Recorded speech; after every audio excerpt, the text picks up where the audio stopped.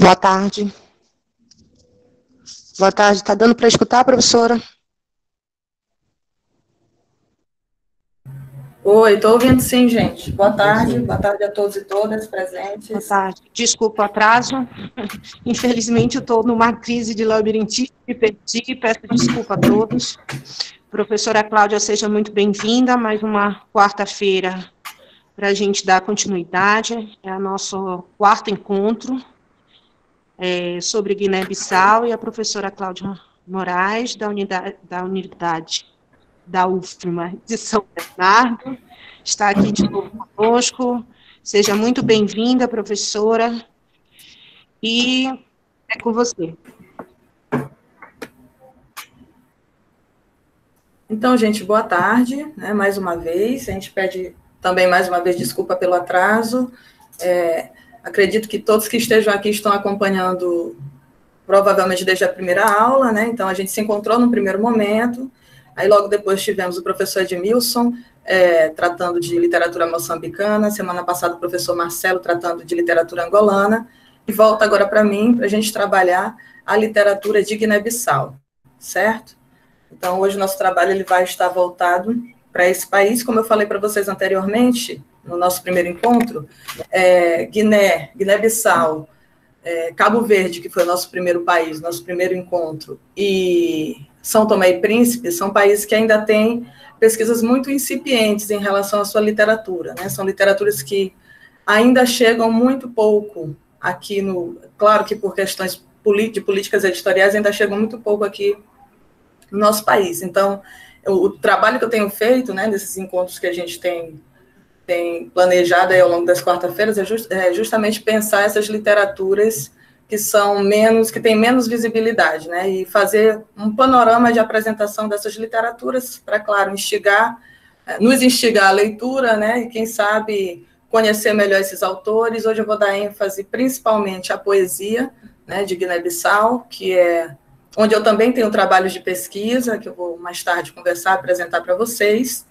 e porque a poesia é efetivamente o forte do país, né? Mais do que um panorama de romances e contos, em Guiné-Bissau a gente tem um panorama muito forte de uma poética muito forte, né? Então, essa vai ser a nossa ênfase de hoje. Eu vou começar a apresentar o nosso slide. Nosso encontro de hoje se chama Guiné-Bissau em Contexto Pós-Colonial, Língua Crioula, Literatura e Formação da Identidade Nacional. Vou projetar para vocês. E aí a gente começa o nosso diálogo, muito parecido com o que a gente fez num outro momento. Deixa eu organizar aqui. Que é sempre fazer uma contextualização histórica, e aí, logo em seguida, a gente conversar sobre... Vocês vão me dizer se está aparecendo aí para vocês. Apareceu? Porque eu vou botar em tela cheia, assim que vocês me derem o ok, não? Tá aparecendo, vai aparecer, porque está carregando ainda. Está projetando aqui, né? Sim. E aí, assim que apareceu, eu abro a tela. Pronto, eu vou abrir a tela aqui para colocar em tela cheia, para a gente começar a conversar.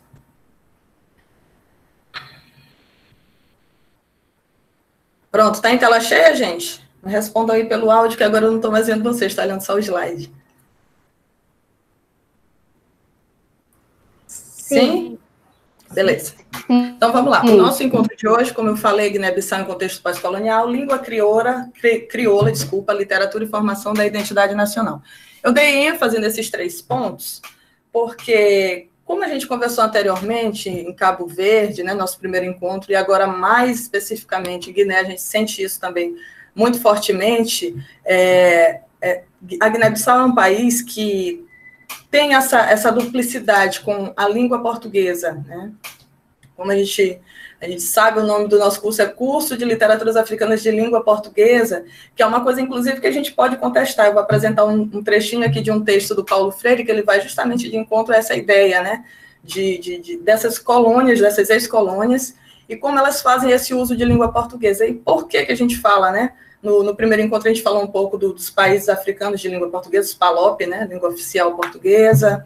Falamos também da comunidade, né? A CPLP, comunidade dos países de língua portuguesa, mas sempre pensando essa língua como um fator de tensão, né, para essas pessoas, para essas comunidades, para essas populações, né, e sempre colocando em tensão a língua que é tida como a língua oficial, que no caso é o português, e as línguas de uso franco, né, de uso comum.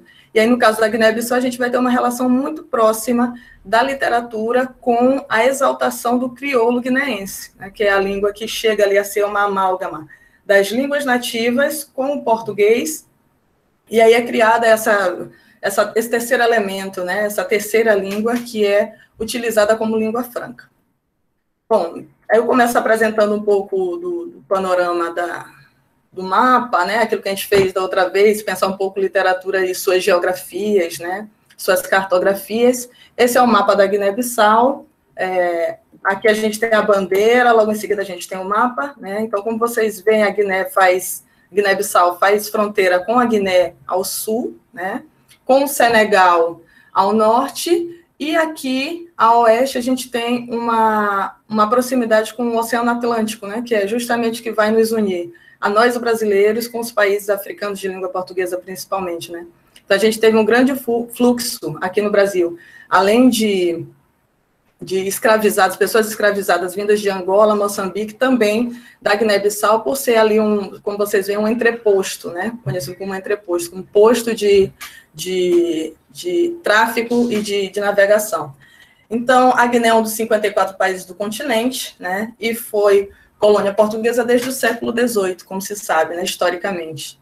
E um dado interessante que a gente tem a pensar sobre a Guiné-Bissau é como ela foi o primeiro país a declarar a independência, né, desses 5 países africanos de língua portuguesa, a Guiné foi o primeiro. Aí tem um dado que é interessante, né, que a gente pode pensar também. Portugal só aceitou, né, a independência de Guiné-Bissau em 1974, mas a Guiné, ela fez essa declaração de independência desde 1973, né?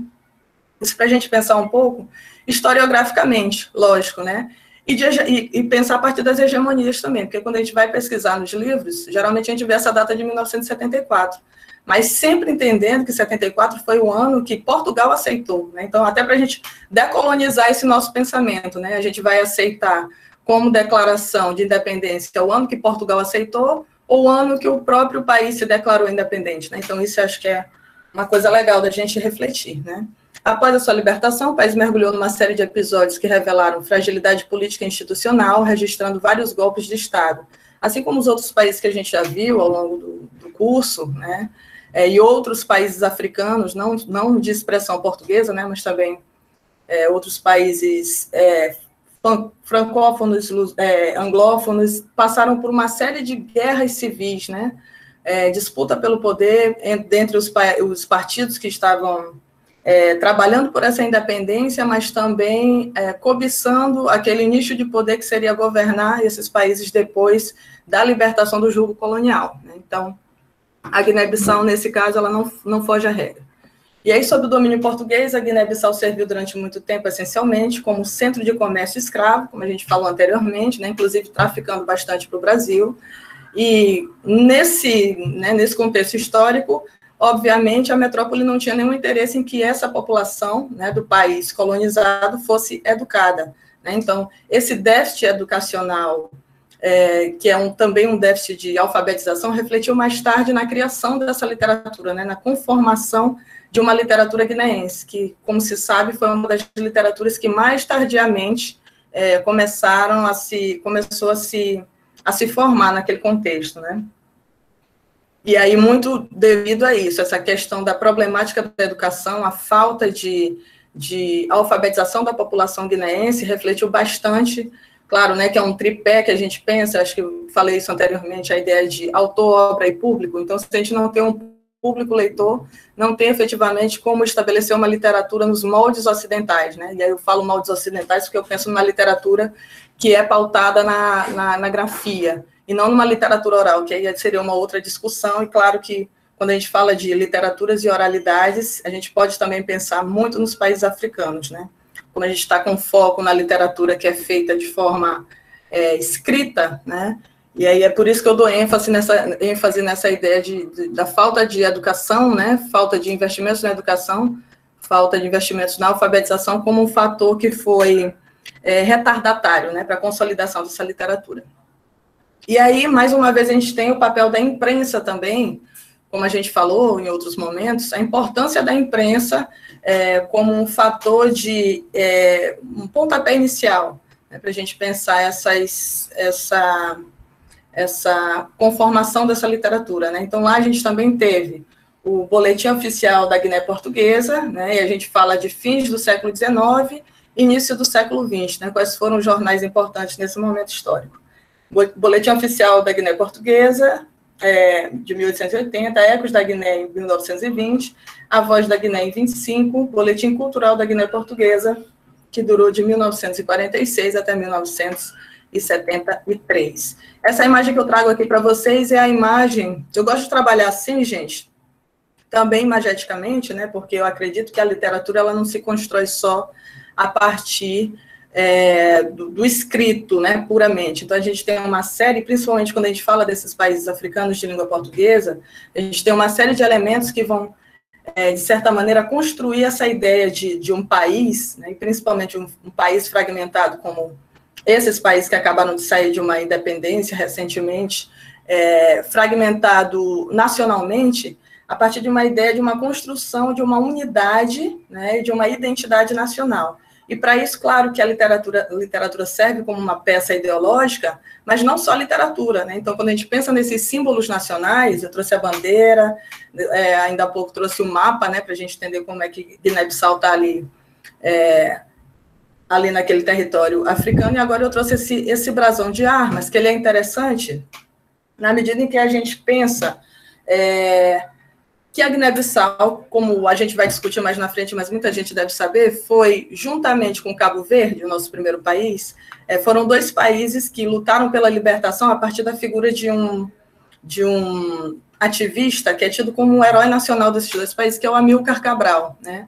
E que, além de ativista, de um grande incentivador das libertações desses dois países, da África como um todo, né, do jogo colonial, ele também foi poeta, e aí nós vamos conhecê-lo também, vamos conhecer essa faceta do Amílcar Cabral. E aí, Amílcar Cabral era um herói, digamos assim, um herói nacional de perfil socialista, né? Então, essa conformação aqui desse brasão de armas, ele também parte um pouco dessas concepções teóricas que o Amílcar Cabral tentava implementar na prática, né, quando ele trabalhou nas libertações desses países. A ideia de unidade, luta e progresso, né, isso daí norteou um pouco o que foi a libertação da Guiné, de Cabo Verde também, de certa maneira, né, dos outros países africanos de língua portuguesa. Bom, em razão desses fatores históricos, culturais e sociais, as letras guineenses apresentaram um desenvolvimento tardio, né, como a gente falou ainda há pouco, que expõe sua constituição às feridas de um longo período de exploração colonial. Para se ter uma ideia, as campanhas de alfabetização começaram lá por volta de 1948, e apesar desse problema inicial, aí tem um dado que eu acho que é importante da gente comentar, sempre se fala da ideia de um vazio literário em Guiné-Bissau, né? E aí eu acredito que além de um estereótipo que a gente repete sem pensar muito, um equívoco, né? Porque hoje em dia, se a gente for pesquisar, tem uma farta quantidade de literatura produzida em Guiné-Bissau, e que talvez o que aconteça é aquilo que eu falei inicialmente, não chegue até nós, né?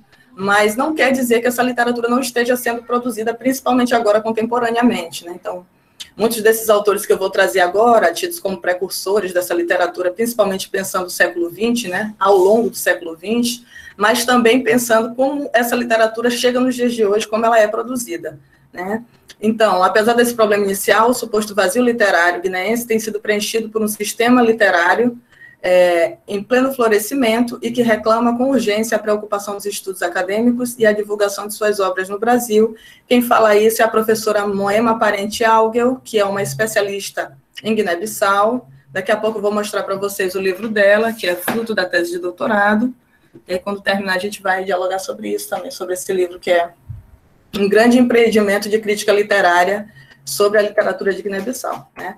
E aí a gente tem as fases dessa literatura também, gente, né? A primeira fase, como a gente sabe, né, e aí eu penso na historiografia literária brasileira, ou de qualquer um desses outros países que a gente tem trabalhado, a angolana, a moçambicana, a cabo-verdiana, A literatura, para amadurecer e se desenvolver, ela passa por fases distintas, né? E em Guiné-Bissau isso não é diferente, né? Então, a gente tem 4 fases distintas que se apresentam, né, que a gente vai tentar destrinchar aqui ao longo da nossa conversa, né? A primeira fase, que é anterior ao ano de 1945, sempre levando em consideração que essas primeiras fases, elas são bem imaturas ainda, principalmente se a gente pensa a falta de público leitor nesse país, né, especificamente. A segunda fase, manifestações literárias entre 45 e 1970. A terceira fase, de 1970, que se prolongou até os anos 80, e a quarta fase, que é a produção iniciada em 1990, e aí sim a gente tem um boom de produção literária da Guiné-Bissau, né, dos autores guineenses, inclusive pensando esses elementos que vão ajudar a consolidar a literatura, né, porque como a gente sabe, a literatura, e a gente, falando mais uma vez na ideia da literatura gráfica, né, ela não se estabelece só porque eu escrevi um livro aqui, né? Então a gente precisa de academias, a gente precisa de circuitos literários, a gente precisa de editoras consolidadas, de uma série de elementos que trabalham conjuntamente para que essa literatura possa se consolidar, né? Então, a partir dos anos 90, a gente tem esse cenário mais bem delineado, né? Inclusive, a gente tem autores que a gente vai ver aqui, e que a gente vai perceber que, além de autores, né, de escritores, de poetas, de romancistas, eles também trabalham no âmbito da educação, né? Foram ministros da educação, foram ministros da cultura, trabalharam efetivamente para consolidar essa miragem cultural, né, e mais especificamente literária no cenário guineense. Bom, as literaturas africanas em língua portuguesa trabalham com foco na noção de identidade ligada à noção de língua. O uso da língua do colonizador, né, e a gente volta para a ideia de língua portuguesa, aparece com uma dupla função, social e universalizante, onde o sujeito guineense a reinventa, tornando-a um veículo de estatuto e mudanças sociais. Quem esteve presente na nossa primeira reunião, que foi sobre Cabo Verde, deve lembrar que eu fechei a nossa reunião falando de uma autora chamada Eneida Nelly, e que foi uma autora cabo-verdiana que ousou escrever um livro todo em crioulo, né? Então, assim, rompeu com esse paradoxo entre língua oficial e língua de uso franco, né? Ela partiu diretamente para a língua de uso franco, e isso também custou um preço caro, né? Porque, inicialmente, essa autora ela não conseguiu avançar, né? Ela teve um único livro, escreveu um único livro, teve uma história triste de vida, morreu muito jovem, mas essa ousadia, né, essa audácia que ela teve em lançar um único livro e em crioulo, também custou caro de forma editorialmente, né? Ela não alavancou, né? O livro dela não foi tão vendido como talvez ela pretendesse, enfim. E aqui em Guiné-Bissau a gente tem algo muito parecido, porque a gente vai ver uma série de autores que escrevem de maneira bilíngue, né? Então, claro que isso vai ficar mais lá para frente, mas como essa questão linguística ela está muito presente, né? E é uma linha de força quando a gente vai pensar a literatura guineense, né? A literatura de Guiné-Bissau. Como esses autores eles estão sempre divididos entre utilizar a língua oficial, né, a língua do colonizador, e sua língua materna, né, a língua de afeto, a língua franca, e como isso se resolve numa síntese dentro das obras, né, principalmente obras poéticas, né. As tradições orais na Guiné-Bissau estão intimamente ligadas à língua geral, o crioulo, e não à língua oficial.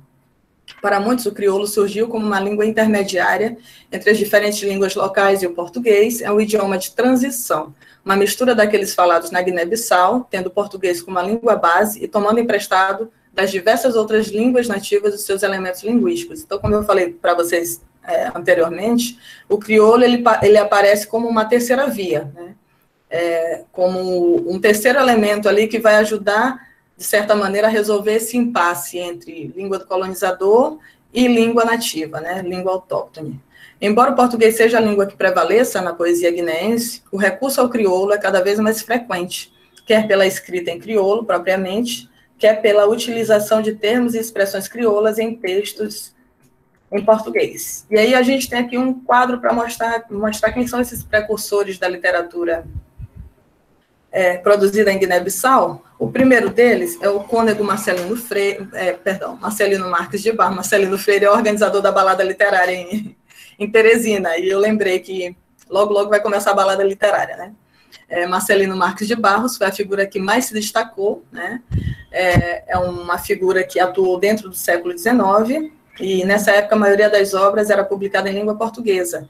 E aí a gente tem um contexto muito parecido com o brasileiro, né? Como vocês sabem, eu gosto de fazer muitos esses paralelos entre a historiografia literária brasileira e as historiografias das literaturas africanas de língua portuguesa, porque parece-me, né, quando eu faço esse trabalho comparativo, que nós passamos por fases muito parecidas, né? Então, como a gente tem essa perspectiva colonial no primeiro momento, a gente tem, né, nós, países africanos de língua portuguesa, uma literatura inicial que é mais uma literatura de informação, uma literatura de catequização, né? Isso aconteceu no Brasil, eu percebi também quando eu estava pesquisando que aconteceu na Guiné, Cabo Verde também, um caso muito parecido, né? Então, esses padres que chegaram com a intenção, né, ideológica de catequizar, mas, claro, uma intenção de dominação, de hegemonia por detrás, trabalharam nesse sentido, né, de informar, né, mas também, de certa maneira, de conquistar esses corações e mentes, né? E isso acontecia também através das peças literárias, né? Quando eu falo peças literárias, eu também faço uma referência à ideia de peça ideológica, né, gente? Porque literatura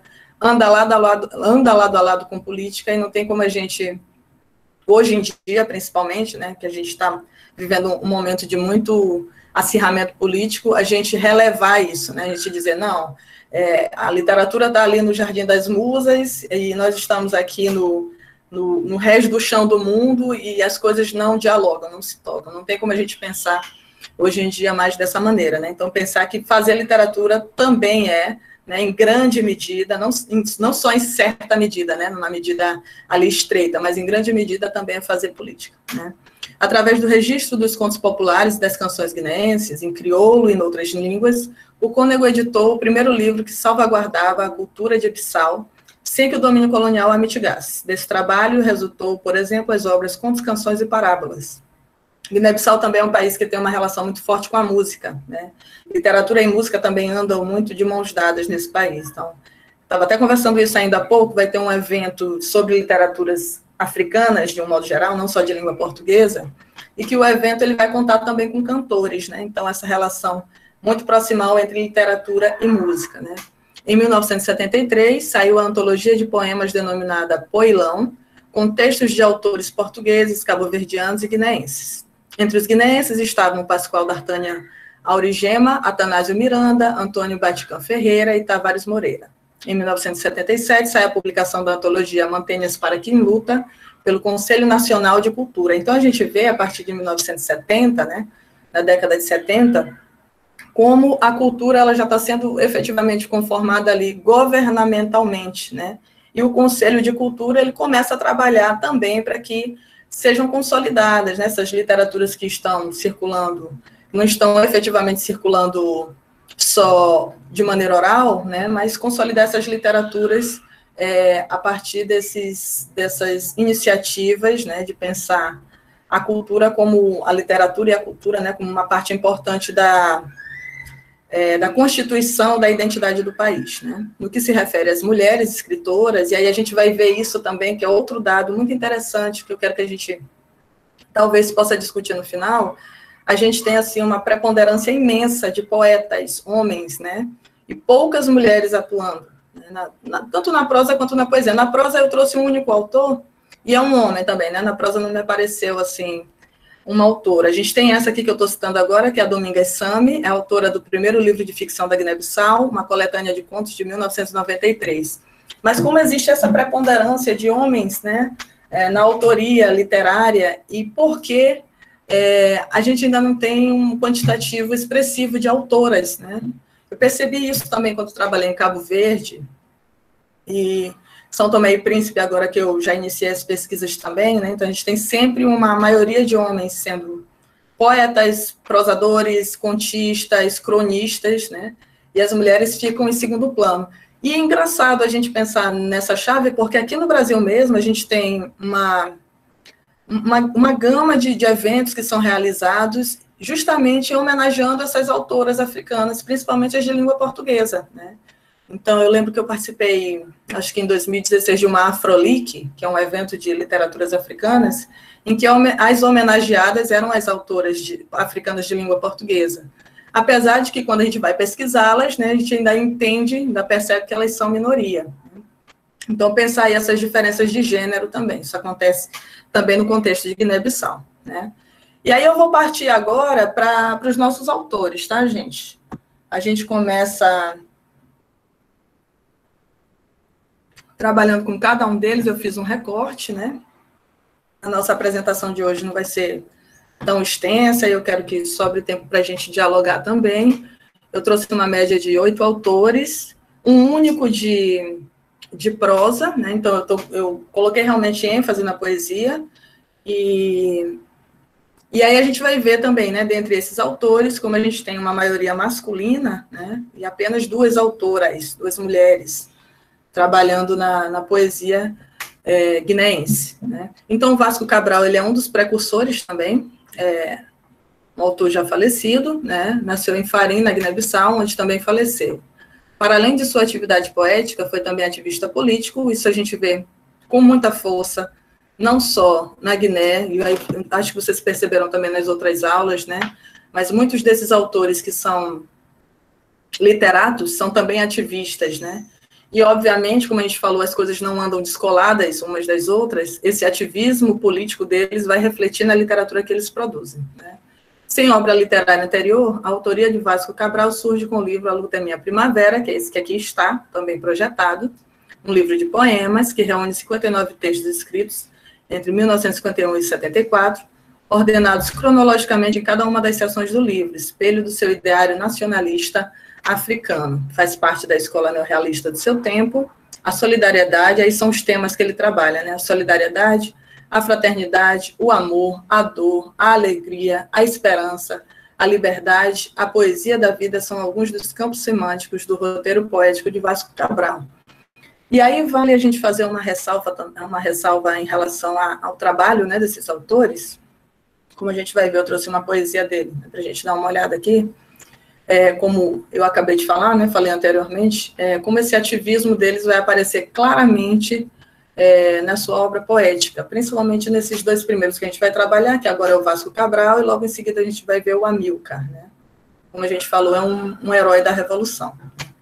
Então, tematicamente, a gente vê aqui, ó, esse livro do Vasco Cabral, ele foi editado em 1981, e a gente lê uma poesia como essa, que se chama Progresso, a gente vê que é um soneto, né? Então a gente tem 2 quartetos e 2 tercetos, aqui, eu vou ler do lado de cá, que eu estou com 2 dispositivos aqui, e esse aqui fica cortado. Quantas vezes eu fico meditando a hora em que há silêncio e tudo dorme, em como a vida é uma batalha enorme, onde se uns perdem, outros vão ganhando. A luz do pensamento foi brotando de um ser, de início animal disforme, moldou o homem a matéria informe, a têmpera do ferro a mão foi forjando. A alma humana fez-se multicor. Os que aprenderam a pugnar na vida gritam ao tempo um brado sem temor. Se nunca a esperança for perdida, homem, a vida, esse grão de amor, será a seara da terra prometida. Então, a gente tem eu gosto de pensar esse poema do Vasco Cabral, né? Acho ele interessante porque ele é aqui, como a gente falou, né? Foi editado em 1981. O autor viveu aí nesse ínterim, né? De 1950 até 2000 e alguma coisa, né? Mas essa poesia dele, ela me lembra muito, quando eu leio, né? Me lembra muito o pejo das poesias românticas brasileiras, né? E aí, mais uma vez, voltando para a ideia de paralelo, né? A gente pensar como ali no romantismo, né, pensando esses 2 países e os processos de independência, né, se no romantismo a gente estava nos interstícios do século XIX, nos tornando independentes, né, nos tornando república, tudo isso dentro de um século só, abolindo a escravidão. E esse espírito nacionalista, ele surge nesse momento com muita força, né, tanto que o romantismo ele tem 3 fases. Aqui no Brasil. E aqui a gente tem, né, um autor pensando de certa maneira, a gente parte do título, né, que é uma das palavras de ordem da nossa bandeira, né, ordem e progresso. Então, pensar como de certa maneira, essa ideia de ideário nacional, identidade nacional, ela é forjada nesses momentos de tensão também, né, de independências, no calor desses momentos, né? Então, no Brasil, a gente tinha um romantismo trabalhando essas categorias, né, esses conceitos nacionais, e aqui a gente também tem, né, com o Vasco Cabral. Então, quando ele fala que o homem, né, a vida é um grão de amor, e a vida pode ser uma seara de terra prometida, né, projetando para o futuro. Então, a gente está passando por um momento turbulento agora de independência, mas mais tarde, né, se nós tomarmos as atitudes certas, a gente vai ter um futuro promissor, né?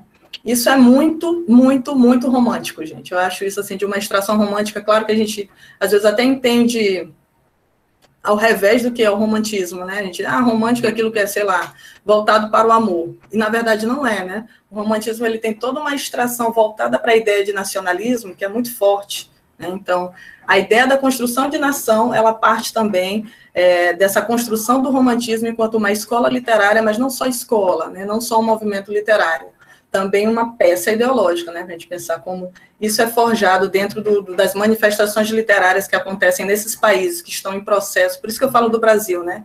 Nós também fomos colônia de Portugal, nós também passamos por esse processo de independência, que é turbulento, que é difícil, né, e que deixa marcas muito fortes. Então, se a gente passou isso lá atrás, e ainda hoje a gente tem, né, resquícios, imagine os países africanos de língua portuguesa, e os outros países também, que vieram nesse processo de independência de 1974 para cá, né? Então, isso é muito recente historicamente, né? Historicamente, como dizem alguns historiadores, 40 anos, 30 anos, 40 anos não são nada, né? O próximo autor que a gente vai trabalhar, eu acho que nem todo mundo conhece, o Amílcar Cabral, ele foi falado um pouco anteriormente, né? Nem todo mundo conhece ele como um autor literário, conhece mais como realmente uma forja da independência, né, do processo de independência, principalmente desses dois países, que são Cabo Verde e Guiné-Bissau, né. Aqui a gente tem as imagens dele, né, provavelmente vocês já o conhecem, aqui tem um livro dele, que são os textos políticos, e aí eu falei para vocês que eu ia apresentar para vocês um trecho do texto do Paulo Freire sobre isso, e mais tarde eu vou mostrar para vocês o texto, está aqui também no computador, né. Antes de apresentar o próprio Amílcar, eu trouxe as palavras do Paulo Freire sobre ele, né, dentro desse texto, que eu acho que é uma coisa interessante para a gente voltar a pensar a questão da língua portuguesa. Né. O Paulo Freire diz o seguinte, o texto se chama Amílcar Cabral, pedagogo da Revolução, né, e aí ele diz o seguinte, parece-me que era impossível, inclusive, falar dos movimentos de libertação em África, sobretudo da chamada África de expressão portuguesa, que para mim é muito mais a expressão de uma postura colonialista portuguesa do que verdadeira essa afirmação, sem falar de Cabral. E aí ele vai deslindar um texto falando da figura de Cabral. Né? Certo? Alguém abriu o microfone aí, né? Tá, continuando. Mas antes dele começar a falar de Cabral, ele faz uma crítica muito forte, vocês percebem, né? E aí ele fala, sobretudo, da chamada África de expressão portuguesa, que para mim é muito mais a expressão de uma postura colonialista portuguesa do que verdadeira essa afirmação. Né? E aí vem o conflito linguístico mais uma vez. Como a gente já conversou, a gente sabe que a língua ela também entra como um fator muito forte de ideologia, né? Então, não é à toa que Portugal faz questão que esses países sejam chamados, por exemplo, de lusófonos ou lusofalantes. Né? E eu acho que eu comentei com vocês no nosso primeiro encontro que o Ondjak, que é um autor angolano, ele faz discussões seríssimas, muito acirradas sobre isso, né? Porque que os países africanos eles têm que ser chamados de países lusófonos, né? E países de expressão portuguesa já seria uma expressão muito problemática, mas lusófonos parece que, de certa maneira, dói no orgulho, né, dessa população, desses escritores, né? Porque é realmente uma expressão de dominação, de colonização, e aí isso daí realmente não é aceito por eles, né? Aí, continuando aqui com o Paulo Freire, eu sempre dizia que não reconhecia as Áfricas, uma de expressão portuguesa, de expressão francesa, de expressão inglesa. Para mim, o colonialismo pairou e impôs-se sobre a África, e sem ter conseguido jamais transformá-la em Áfricas de expressão disto ou daquilo, né? Então, aqui o que ele sugere é como se fosse um rompimento, né, gente? Esse colonialismo, ele veio, pairou, mas ele não conseguiu se impor, né? E mesmo que tenha conseguido, e aí a gente pensa mais uma vez no papel da cultura de uma maneira geral, mas da literatura especificamente, mesmo que tenha conseguido, né, impor sua língua, sua cultura, é papel dos autores, dos escritores, né, dos artistas, de uma maneira geral também, romper com isso, né? E aí o uso da língua materna, né, da língua de expressão afetiva, é muito importante nesse processo, porque não é usando... lembra muito a frase da Audre Lorde, né, que é uma feminista negra lésbica, que ela diz que as armas do dono da Casa Grande, né, as armas do senhor, não servirão para desmantelar a Casa Grande, né? Ou seja, eu não posso tentar desmantelar esse grande dispositivo cultural que foi deixado pela colonização a partir da língua imposta pelo colonizador, né? Eu tenho que procurar desmantelar isso a partir da minha língua própria, né? Então, essa frase eu acho que cabe bem para a gente pensar isso, né? Como a gente pode tentar decolonizar, né, desmantelar essa colonização que foi tão cruel, tão violenta, a partir das nossas armas próprias, né? E aí a gente pensa, isso daí é um título também do Cabral, né? A arma da teoria, né? Não só a teoria, mas a própria língua, né? Que não é a língua portuguesa, é a língua crioula, né? Uma outra coisa, um terceiro elemento, aquilo que a gente falou. Isso eu acho muito legal, né? Da gente refletir, porque às vezes a gente acha que questão linguística não está envolvida ali na nossa produção literária, e está, né? Está muito fortemente. Está muito, inclusive, nosso papel como críticos também, de pensar que, eu vou fazer aqui, sei lá, uma crítica de um autor africano sem pensar a questão ideológica da língua portuguesa, africano de língua portuguesa, e pensar a questão ideológica da língua portuguesa e como isso afeta esses autores e o próprio processo criativo dos autores, né, a própria produção dessa literatura.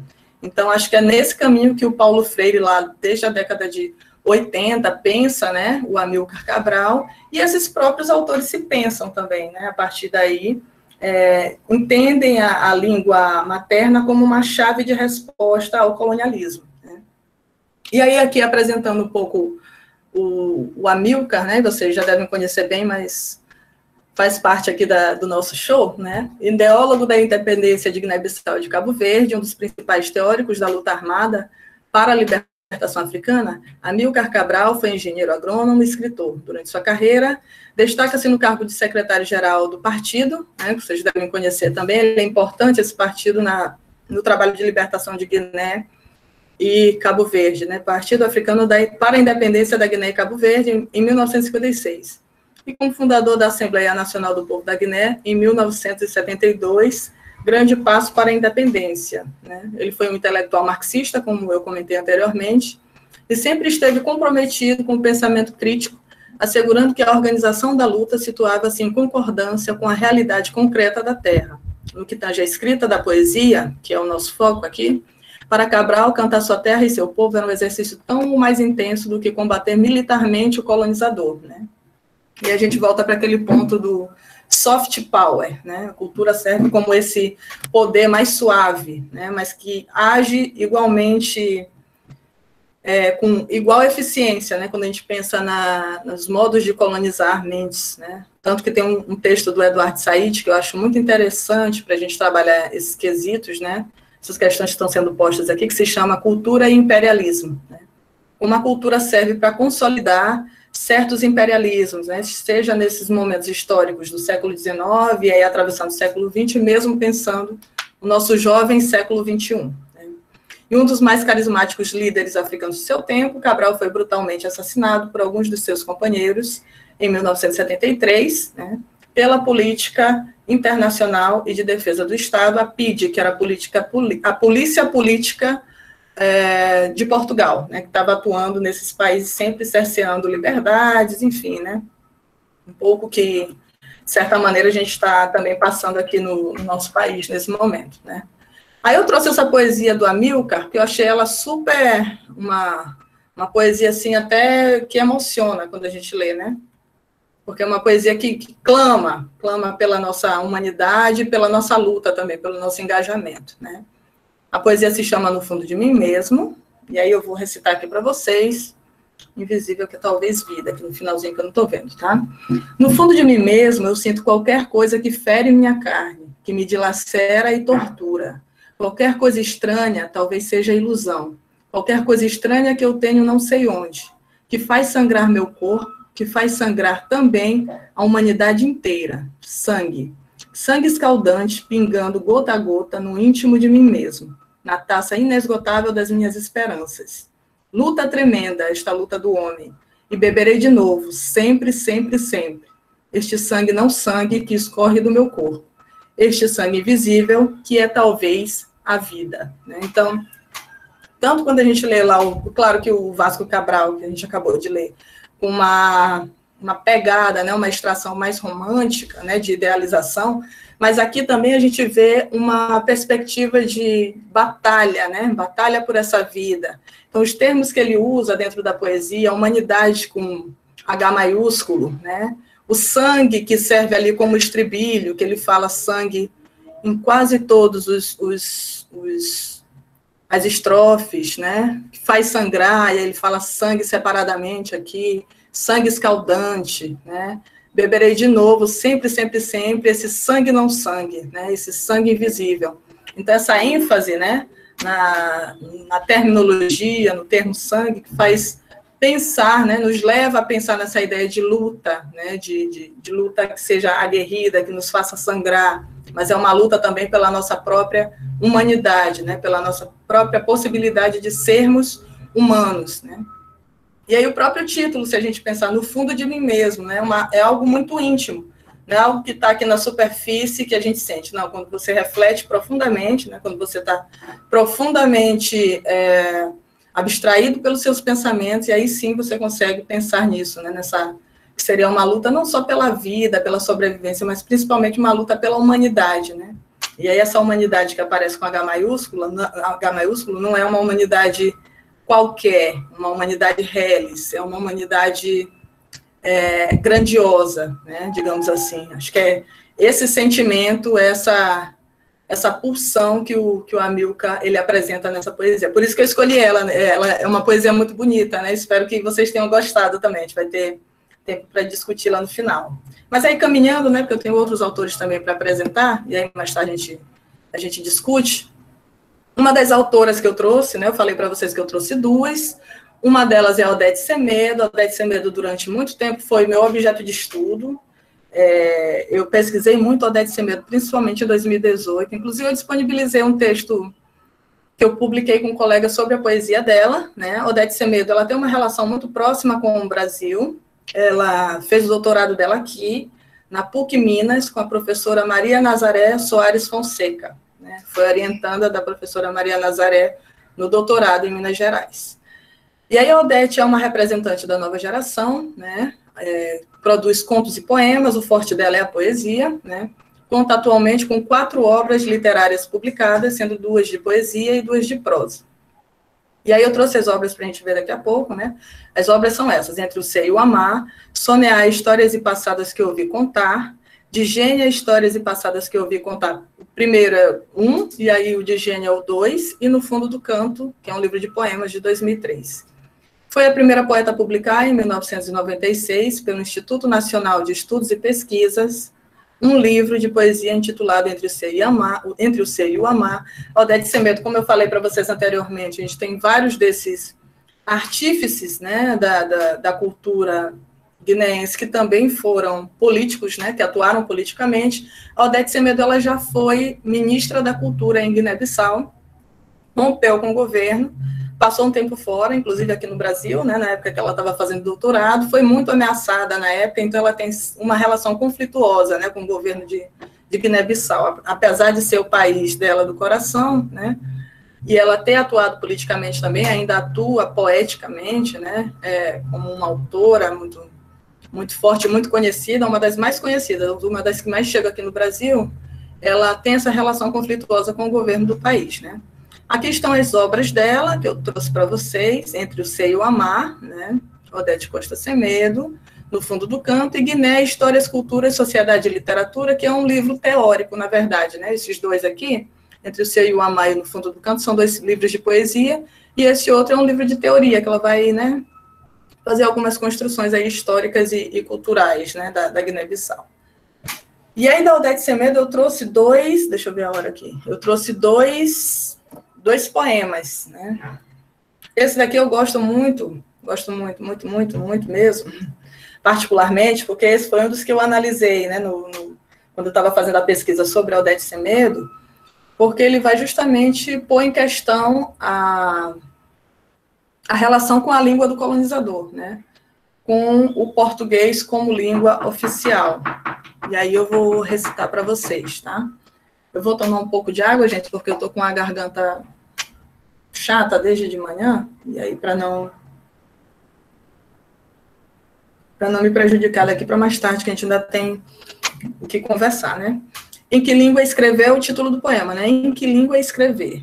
Em que língua escrever as declarações de amor? Em que língua cantar as histórias que ouvi contar?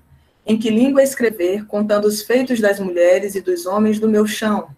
Como falar dos velhos, das passadas e cantigas? Falarei em crioulo? Falarei em crioulo. Mas que sinais deixar aos netos deste século? Ou terei que falar nesta língua lusa, e eu, sem arte nem musa, mas assim terei palavras para deixar aos herdeiros do nosso século. Em crioulo gritarei a minha mensagem, que de boca em boca fará sua viagem.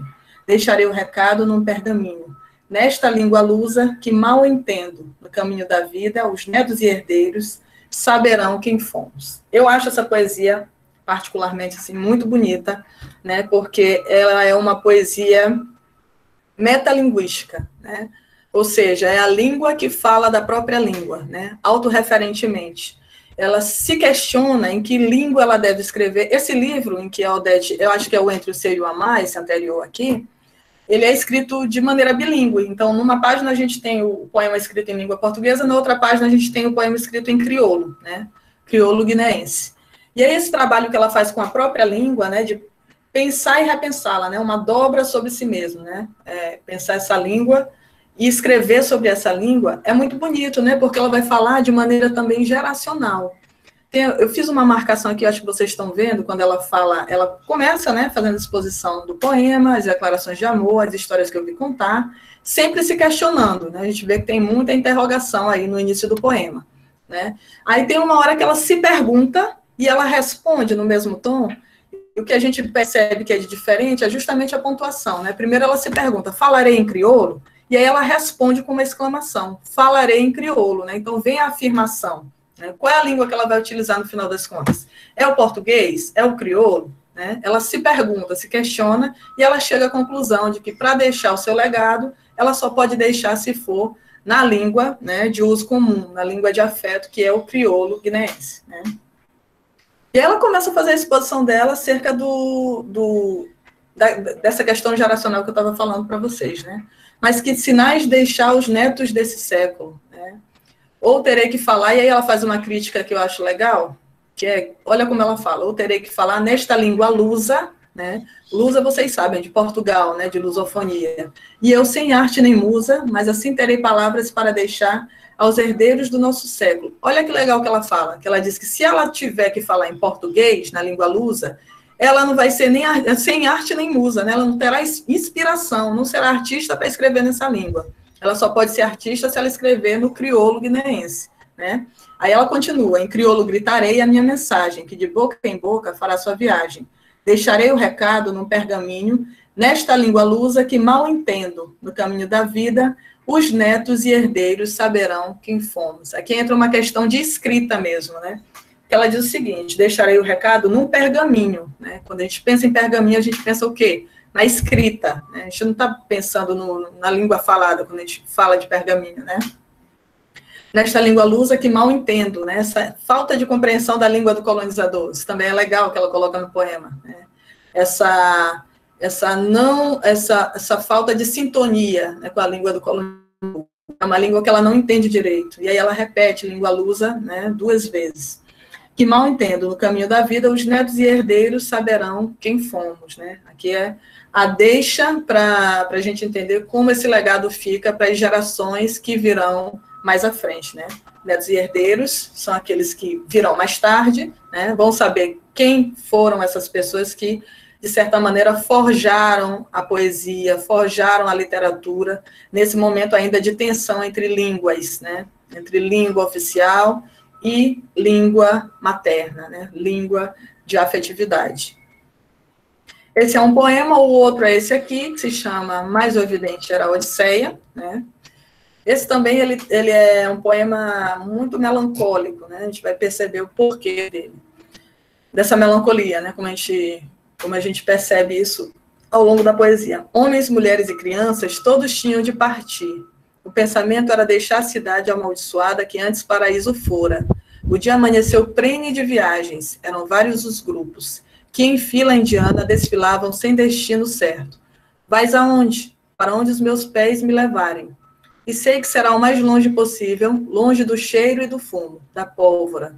Muitos não cumpriram todo o caminho, desfaleceram, outros foram ficando para trás, mãos impotentes, olhar estático. Meu Deus, meus defuntos, castigo horroroso. Então, essa ideia, né, ela pega uma referência da antiguidade clássica, né?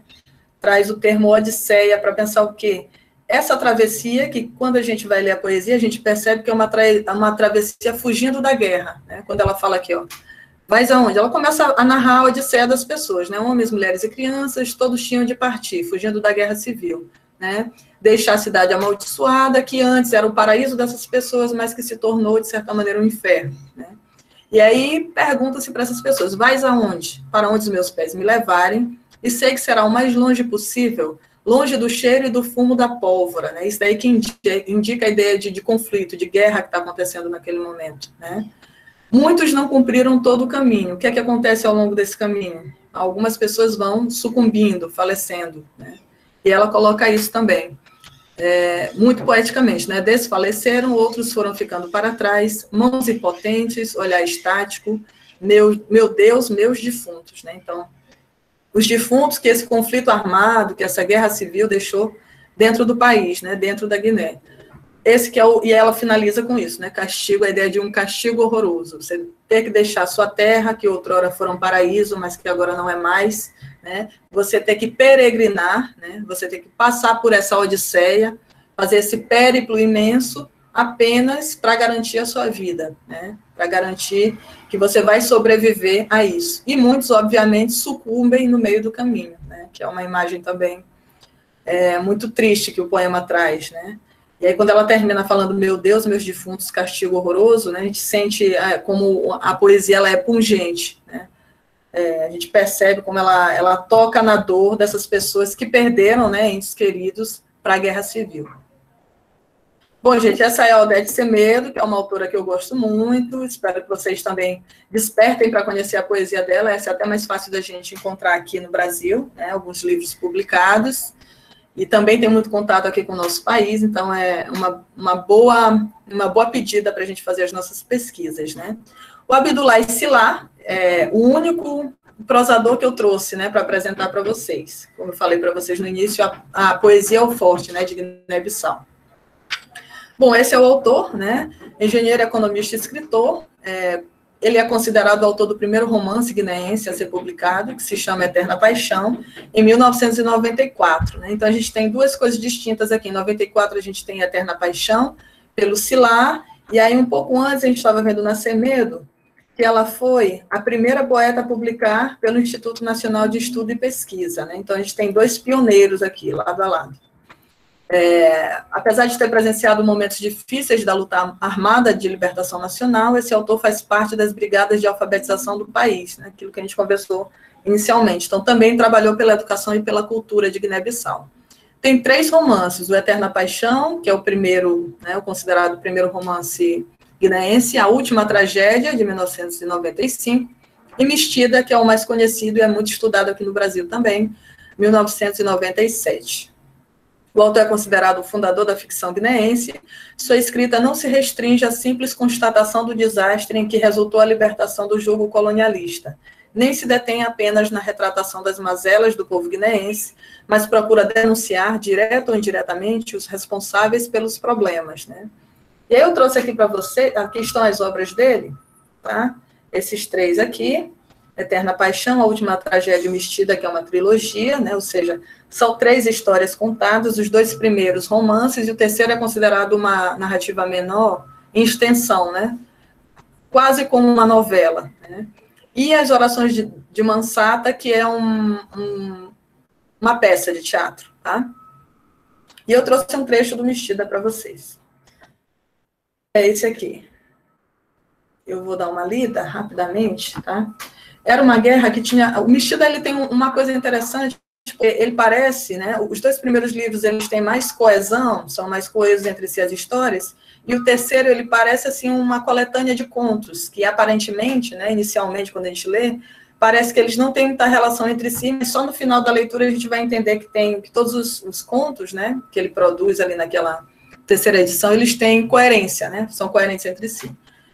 Então, Mexida, era uma guerra que tinha começado algumas semanas antes, sem nenhuma declaração formal, sem nenhum aviso prévio, sem ultimato. E ainda por cima, sem a sua presença. Foram apenas alguns dias de febre que a obrigaram a ausentar-se do beco, onde passara quase uma vida inteira sentada, e logo tinha sido desalojada. Quando voltou, o lixo já se tinha apossado do seu lugar. Pediu-lhe que se retirasse, mas foi ignorada e desprezada. Protestou um dia inteiro. A partir de então, tinha assistido impotente à maior humilhação de toda a sua vida. Ia de manhã e ficava perto da lixeira, a passear de um lado para o outro, à procura de algum sinal animador, algo que a fizesse crer que voltaria a ocupar o seu lugar de costume naquele beco de que sempre tão bem cuidara. Ainda não podia acreditar que não voltaria a sentar-se naquele sítio e vender as coisas que costumava vender para ganhar a vida, que uma atividade exercida ao longo de tantos anos podia ser interrompida daquela maneira, de um dia para o outro, sem mais nem menos. Mas por mais que tentasse, não obtinha nada que fizesse crescer a esperança ou devolver-lhe o ânimo. Então, a gente tem aqui a figura de uma mulher que é uma moradora de rua, que ocupava, né, um beco ali, um pedaço da rua, e por ter passado alguns dias fora, doente, né, com febre, como é dito aqui no relato, quando ela voltou, o espaço já estava tomado, né? Então, o que a gente tem aí, né? Eu acho esse trecho bem legal, eu selecionei ele porque ele me parece, assim, bem construído, né, do ponto de vista literário, mas também porque ele traz uma série de elementos que são sociais, né? E que aí a gente pode pensar essa literatura também como um reflexo dessa sociedade. A gente tem uma moradora de rua que adoece e quando volta já não consegue esse espaço. Né? Então, toda a luta dessa narrativa que o Abdullah Silá apresenta para a gente é para mostrar como essa mulher ela tenta voltar para aquele pedaço de calçada e ela não consegue de jeito nenhum. Né? Tanto que no final ela tem um combate com a caixa de lixo, as pessoas olham e a ridicularizam, né, e ela não consegue efetivamente voltar, mas como isso, de certa maneira, mexe, né, com a cabeça dessa pessoa que estava estabelecida, mesmo que de maneira muito precária, né, com um lugar que ela podia chamar de seu, que era esse pedaço da calçada em que ela habitava e vendia coisas, e aí simplesmente porque ela teve uma febre, teve que se cuidar e sair desse lugar, quando ela retornou, o lugar já não era mais dela, né. Então, a gente tem, para além da narrativa literária, né, em si mesma, a gente tem uma série de questões sociais aí que a gente poderia debater, né? Poderia pensar a partir desse trecho do Mexida, do Silá, né? E aí também fica essa dica para a leitura, porque eu acho que é um romance muito interessante da gente conhecer, né? Até para a gente conhecer outras autorias, além daquelas que já são mais clássicas aqui, que a gente tem mais acesso, como o Ondiak, o Miyakoto, o Agualusa, né? Então, tem outros autores interessantes também que estão produzindo, inclusive sendo estudados, né, nas universidades e fora delas. Esse é o Tony Tcheca, né? Se chama Antônio Soares Lopes, principalmente com mais força, né, mais fortemente um poeta da Guiné-Bissau. A gente consegue perceber, acho que vocês conseguiram perceber até agora, né, enquanto a gente tem trabalhado esses autores, que todos, de certa maneira, estão envolvidos não só com a literatura, mas com a cultura de uma maneira geral, e o Tcheca, ele não foge à regra, né? Ele foi um dos fundadores da União Nacional de Artistas e Escritores, né? Então, todos eles estão ali trabalhando, ao mesmo tempo que estão trabalhando nas suas literaturas, também estão trabalhando para consolidar esses espaços em que a literatura ela pode ser divulgada, né? União Nacional de Artistas e Escritores da Guiné-Bissau, atualmente é considerado uma referência literária das mais importantes do país, né? Transitando por temas literários como o passado de seu país natal, destacando a escravatura, a guerra, a instabilidade política, a fome e a diáspora, né? Teve seu primeiro livro publicado em 96, que se chama esse daqui, né, aqui do ladinho, Noite de Insônia na Terra Adormecida, que foca a relação do povo guineense com as suas emoções, né. Esta obra está dividida em 5 partes, e aqui estão os capítulos, né. O primeiro capítulo, como vocês estão vendo, Canto Criol, está escrito em crioulo guineense, né. Poemar, Sonho Caravela, Poesia Brava e Canto Menino. E aí eu trouxe uma poesia do Tony Tcheca também para a gente analisar, né. A poesia se chama Povo Adormecido, e também é uma poesia que vai muito de encontro àquilo que a Odete Semedo falou anteriormente, né, na última poesia que a gente leu dela, né, também com um estilo mais melancólico, né. As chuvas que o meu povo não canta, as chuvas que o meu povo não ri, perdeu a alma na parede alta do Macaréu, fala calado e canta magoado. Vinga-se no tambor, na palma e no caju, mas o ritmo não sai. Dobra-se sobre o cicó, como guerreiro vergado, cala o sofrimento no peito. O meu povo chora no canto, canta no choro e fala na garganta do bombolom. Grei silêncio quebrado nas gargalhadas de Cuciliantra, em quedas de água, moldados de pedra, vou ler aqui, gente, em quedas de água, moldando pedras, esfriando corpos esculpidos no corpo do bicilão. Então, aqui nessa poesia do Tony Tcheca, além dessa melancolia, né, a gente vê que, pelo título, né, um povo adormecido, ele traz vários elementos que vão mostrar por que esse povo está adormecido. A gente também tem a questão linguística, porque ele traz várias palavras em crioulo, né? Ele mistura o crioulo com a língua portuguesa. Ele fala desse povo que está adormecido, que fala calado, que canta magoado, né? Ele faz referência às práticas cotidianas, quando ele diz vinga-se no tambor, né? Ou seja, na música, no tambor que é tocado em Guiné, na palma e no caju. A palma é uma bebida típica, né? De Guiné-Bissau, de Moçambique também, mas o ritmo não sai, né? Ou seja, é como se essa população ela tentasse se divertir, né? A gente tem o elemento do tambor, a gente tem o elemento da bebida, mas mesmo assim eles não conseguem, né? Por quê? Porque eles estão num processo de sofrimento calado, né? Quando ele fala, aí a gente volta, né? Fala calado e canta magoado. Aí ele usa esses elementos do crioulo que a gente vê aqui, como sicó, né? Ele usa outro elemento também, Cucilintra, né, o bicilão. Então, a gente tem essa mistura também, que é muito, muito característica desse autor, de pensar as línguas usadas paralelamente, né, e não separadamente, que é um pouco o que a Odete Semedo faz. A Odete Semedo, ela escreve em português, escreve em crioulo. O Tony Tcheca, ele já tem uma estratégia diferente, né, já usa uma técnica diferente. Ele mistura o próprio crioulo dentro da poesia escrita em língua portuguesa. Então, a gente vê autores com estratégias de escrita diferentes, mas que têm o mesmo questionamento, né? Que é o questionamento inicial que a gente estava trabalhando, que é como essas duas línguas elas podem confluir ou não, né? Ou romper de vez, ou se tornarem efetivamente distintas sem diálogo, né? E aí, avançando, gente, o Hélder Proença, acho que depois dele falta mais uns 2 autores, a gente vai poder discutir um pouco sobre o que foi colocado. O Hélder Proença é um autor que já faleceu, né, mas é um autor muito importante também para o contexto guineense. Foi escritor, poeta e político, iniciou o seu percurso na escrita ainda na adolescência, escrevendo poemas anticolonialistas e de afirmação da identidade nacional. Estreou-se como autor na obra Antologia dos Jovens Poetas, que selecionava vários poemas de escritores guineenses. Foi o primeiro dos poetas guineenses a publicar um livro. Trata-se da obra que está aqui do lado, Não Posso Adiar a Palavra, de 1982, que reúne notas sobre a libertação e a reconstrução nacionais, bem como a experiência dos tempos de guerrilha. Além disso, Hélder Proença trabalhou como político nos Ministérios da Cultura e da Defesa, né? Então, esse trabalho intenso que eles fazem com a política também, diretamente, tendo sido ainda deputado na Assembleia Nacional Popular Guineense. Durante a sua vida, esteve sempre ligado ao setor da educação, desenvolvendo alguns projetos sociais neste âmbito, né? Então, a gente tem uma série de autores que são também, também me lembra um pouco a literatura, a nossa literatura, né, já fala português, a literatura brasileira, que nós temos também na história da nossa literatura uma série de autores que eram poetas, né, prosadores, mas também funcionários públicos, né? Carlos Drummond de Andrade, o Guimarães Rosa, o João Cabral de Melo Neto, todos eles tinham uma dupla função, né? Enquanto atuavam como escritores, também atuavam dentro do funcionalismo público, sendo diplomatas, funcionários mesmo de carreira, enfim.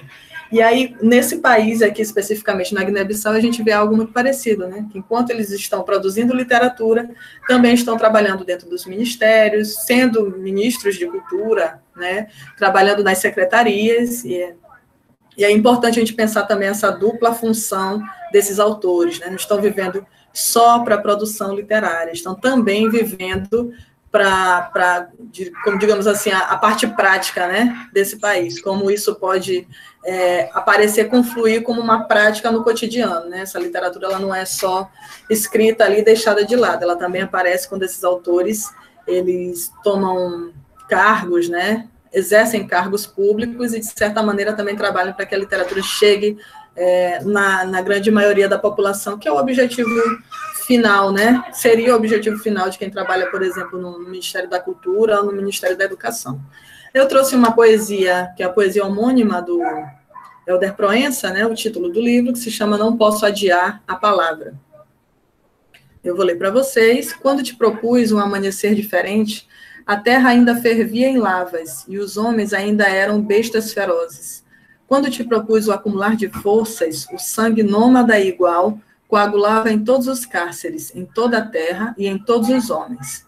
Quando te propus olhos secos, pés na terra e convicção firme, surdos eram os céus e a terra, receptivos às balas e punhais, amaldiçoavam cada existência nossa. Foi assim que te propus, no circuito de lágrimas e fogo, povo meu, o hastear eterno do nosso sangue para um amanhecer diferente. Essa poesia do Helder, ela vai muito no sentido da inicial, das iniciais, na verdade, né, do Vasco Cabral e do Amílcar, né? É uma chamada, mais uma vez, à população. Me lembra um pouco a poesia do Amílcar Cabral que nós lemos, né? Essa ideia de luta, né? E aí a gente tem essa imagem aqui em vários momentos, né? Ele propõe um amanhecer diferente. Parece-me, né, quando a gente faz a primeira leitura, assim, desavisada, que ele está falando com uma pessoa específica. E aí, só lá no final da poesia que a gente vai perceber que, na verdade, ele está falando com toda uma população, né? Quando ele conclama o povo meu, né? Então, ele propõe, inicialmente, um amanhecer diferente, né? Ele propõe o acumular de forças, olhos secos, pés na terra e convicção firme, né? O quando te propus, ele aparece como um estribilho, fica sendo repetido ao longo das 3 estrofes, né? Mas tudo isso para mostrar mais tarde que ele está pensando numa forma de libertação desse povo, né? Esse povo que só aparece lá no final da poesia, a gente só entende que é toda uma população quando chega no fim da poesia, né?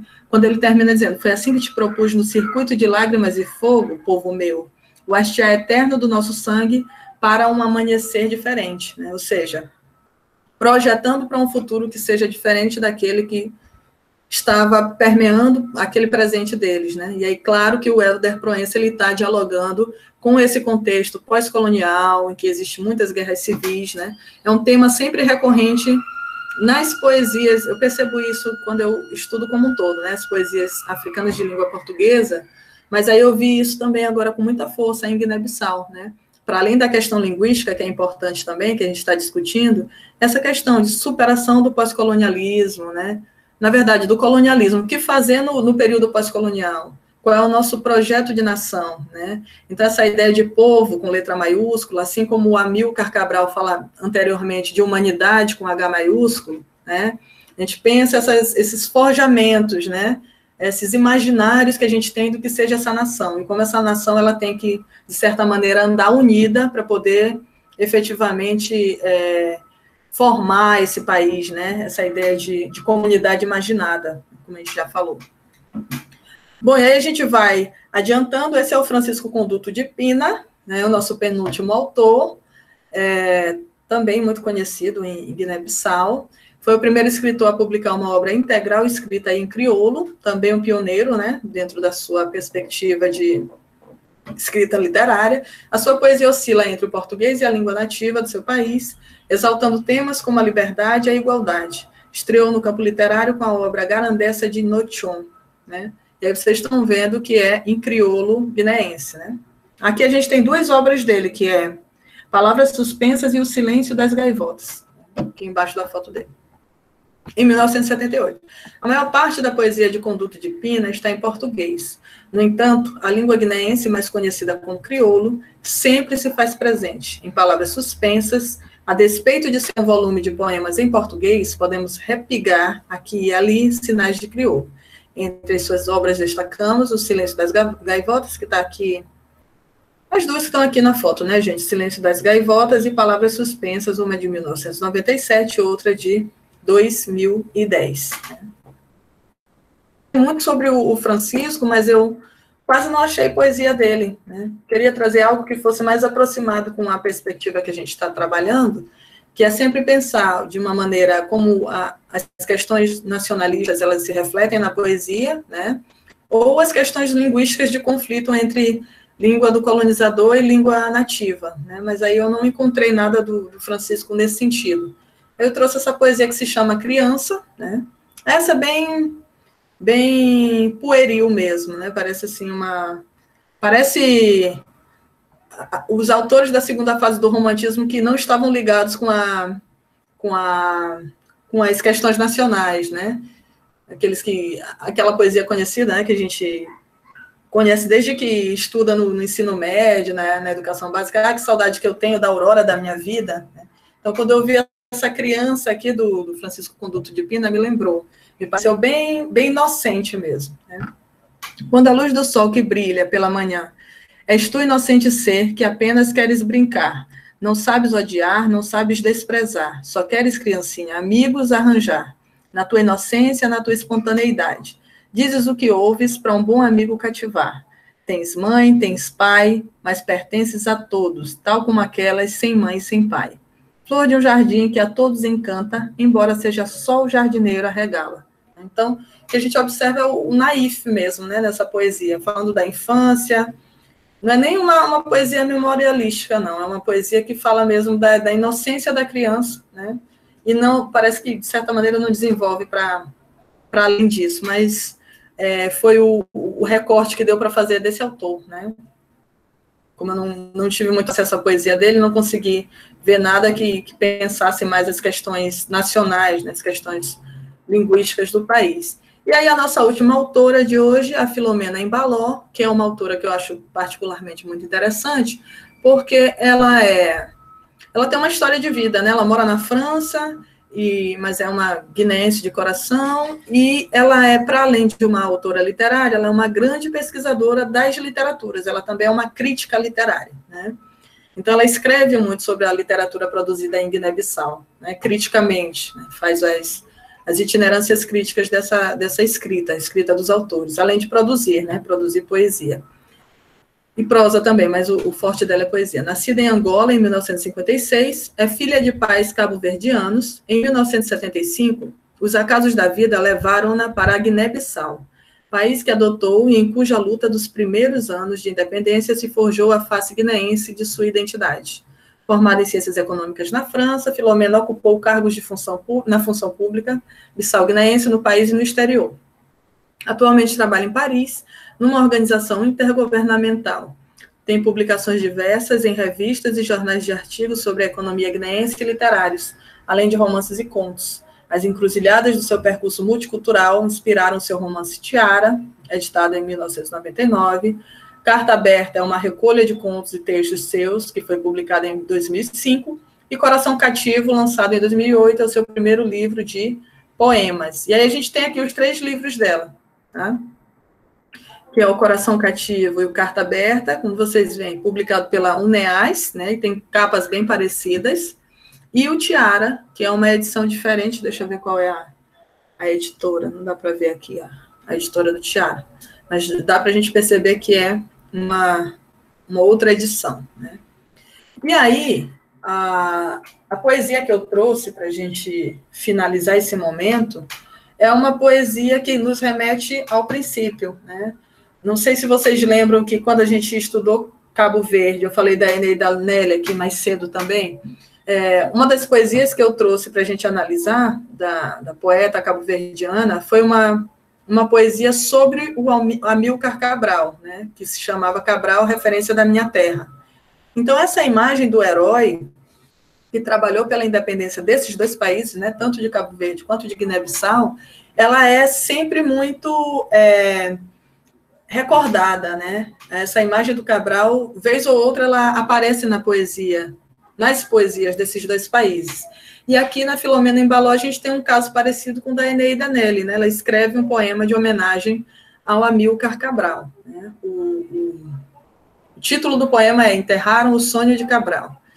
Esperança acalentada num futuro risonho, terra-mãe, filha de África, em tuas entranhas ressuscitaste o sonho, razão do teu viver, armaste teus filhos rumo à liberdade, acreditaste na vitória, mas os ventos mudaram, os homens também. Sem escrúpulos nem pejo, o teu sonho derrubaram num cíclico jogo de armar. Honrado seja o teu nome, ó pátria mil vezes violada. De onde vem tanto ódio entre teus filhos amados? Corre o sangue derramado, abrem feridas mal saradas, bate em teu peito a chamada. Recobre as forças e terra-mãe, ainda é longa a caminhada. Levanta-te, Guiné, e desenterra o teu sonho. Né? Então, essa ideia que a gente tem do início da poesia, que é Enterraram o Sonho de Cabral, é justamente o sonho de libertação, né? Que, de certa maneira, ao longo dos anos pós-independência, foram, como diz a autora aqui, né, a metáfora que ela usa do enterro, é muito interessante, né? Foram enterrados, foram soterrados. Por quê? Porque aquele sonho independentista lá do começo, ele foi transformado numa outra coisa, né? Então, a idealização que Amílcar Cabral fez do que seria o processo de independência, né? Isso a gente vê muito também no próprio Pepe Tela, o angolano, quando ele pensa a geração da utopia, né?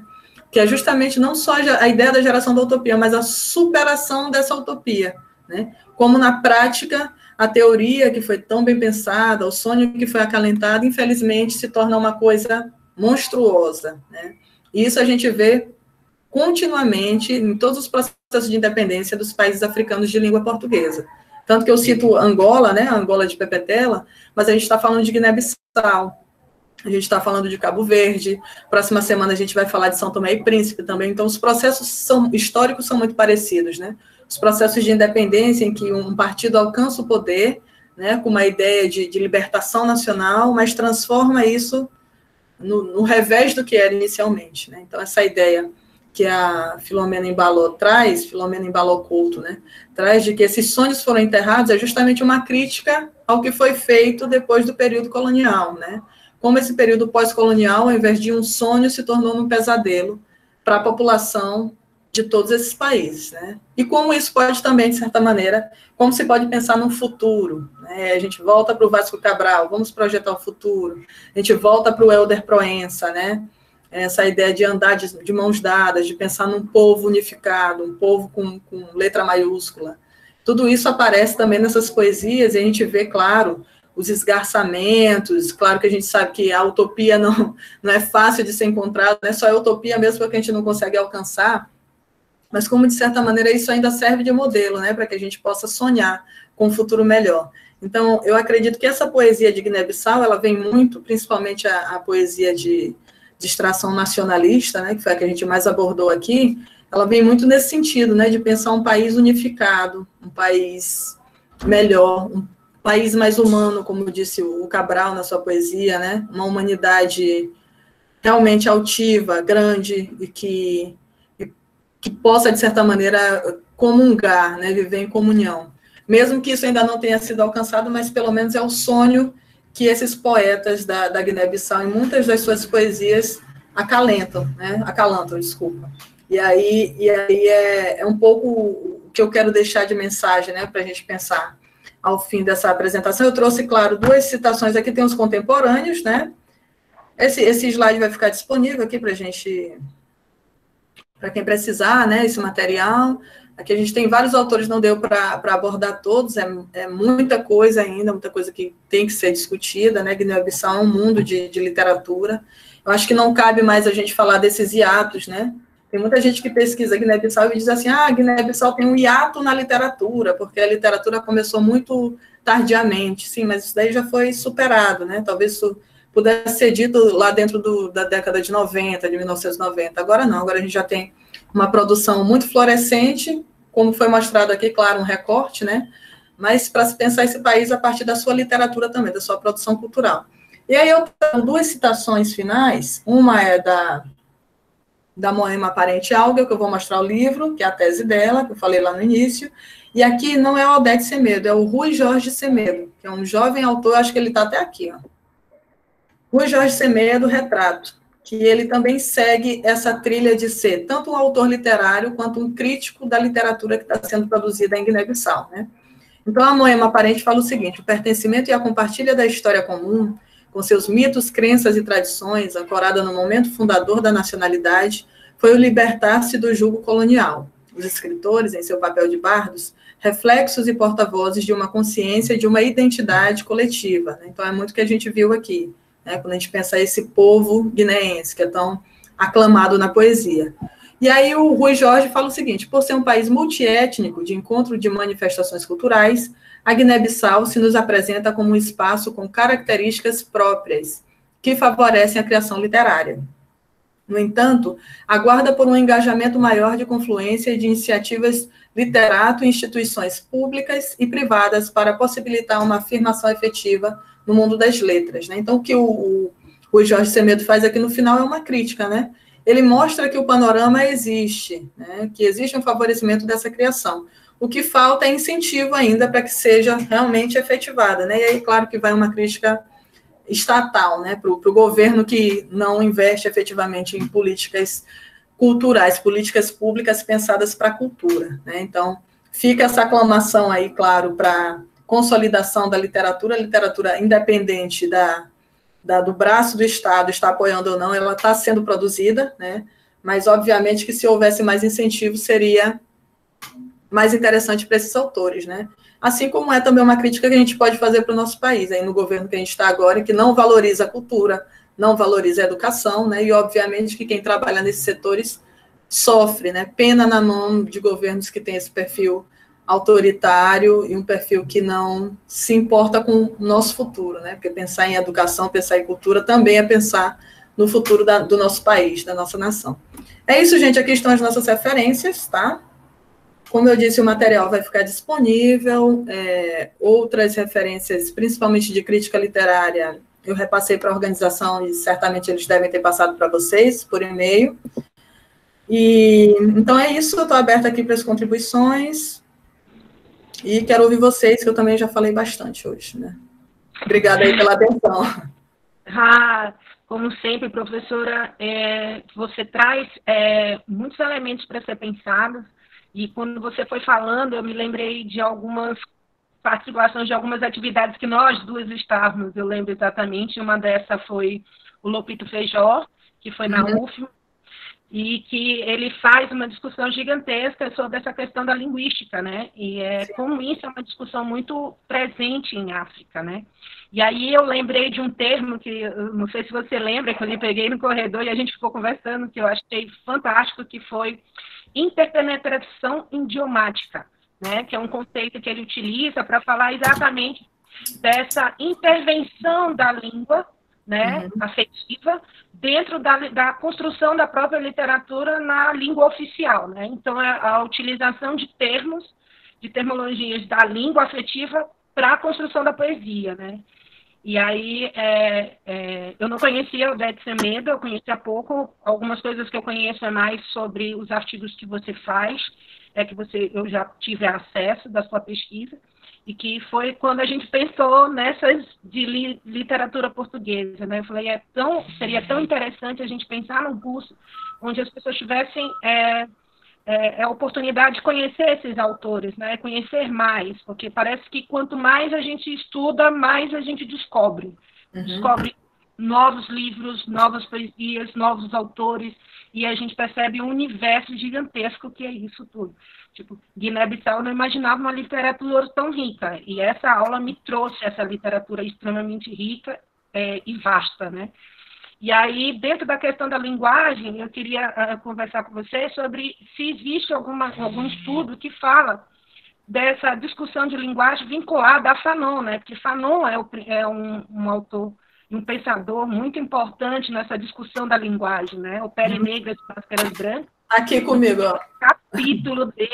O primeiro capítulo dele é falando sobre linguagem, né? Enquanto é importante essa afirmação da língua, né? Na construção dessa cultura, nessa identificação dessa cultura. Eu não gosto de construção porque o Feijó corrigiu a gente naquele dia e disse, nós não estamos construindo uma identidade, nós temos uma identidade que não está sendo pensada agora, ela sempre existiu, né?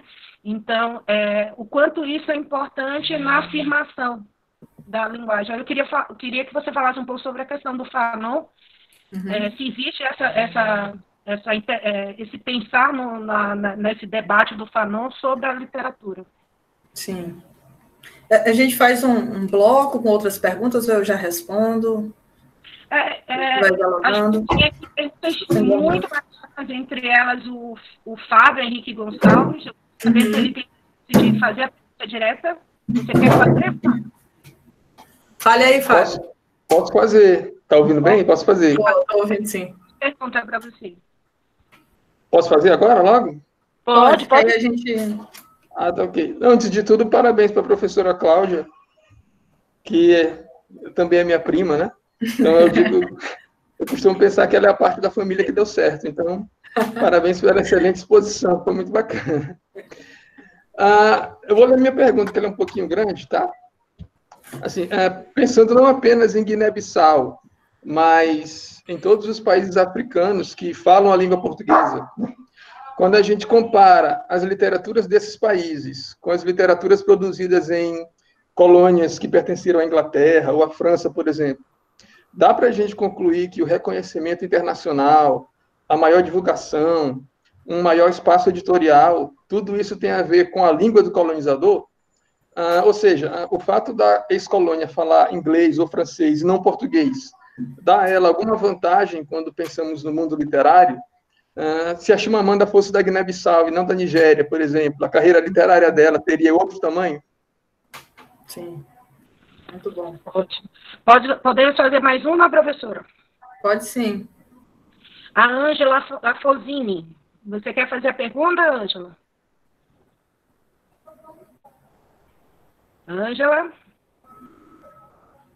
Pode ligar o microfone, Ângela.